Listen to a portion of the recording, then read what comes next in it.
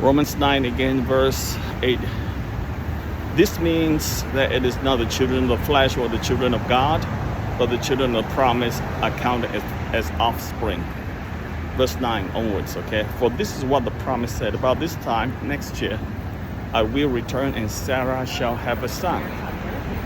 And not only so, but also with Rebekah had conceived children by one man, one forefather, Isaac, though they were not yet born and had done nothing either good or bad, in order that God's purpose of election might continue, not because of works, but because of him who calls. She was told, the older will serve the younger. As it is written, Jacob I loved, but Esau I hated. Wow. This is such a big thing. This passage is about the election of God. This is a humongous topic and incredibly important.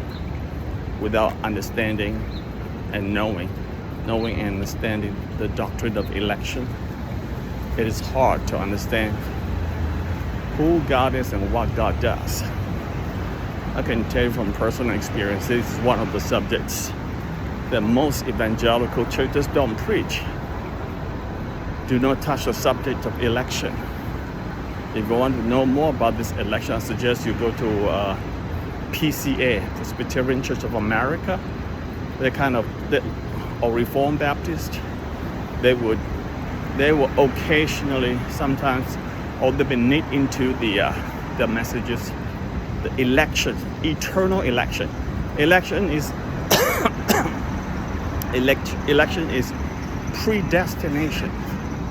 Whether you like it or not, you have to bow with humility to the supremacy of the Lord God who created the whole world.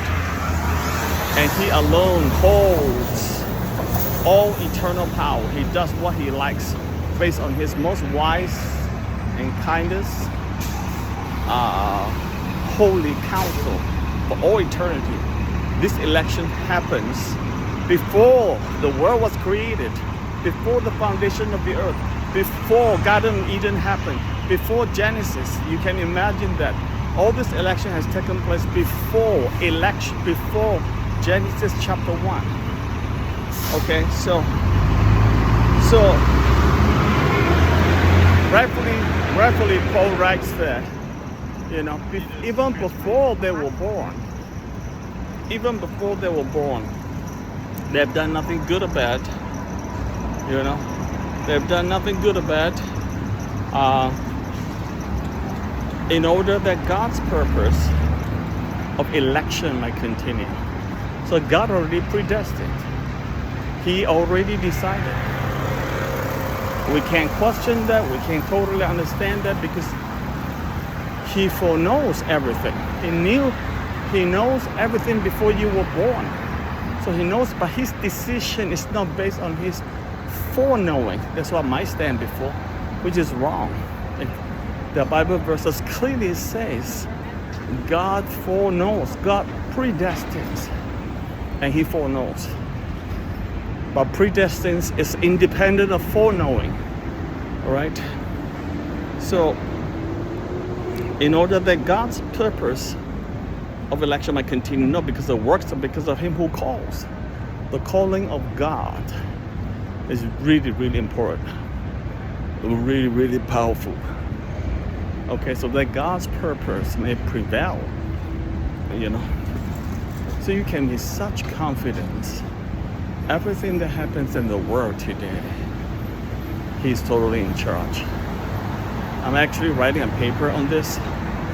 What about the genocide and all the bad things?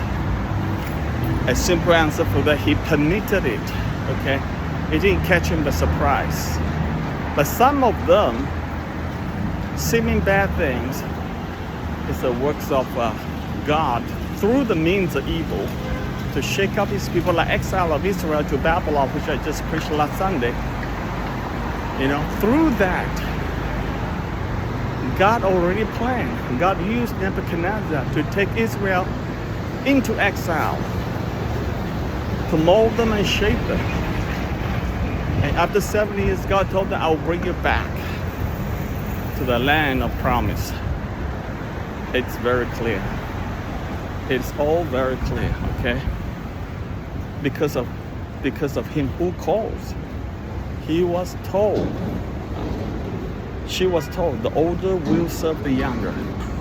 All right, now I talked about the election, the call of God.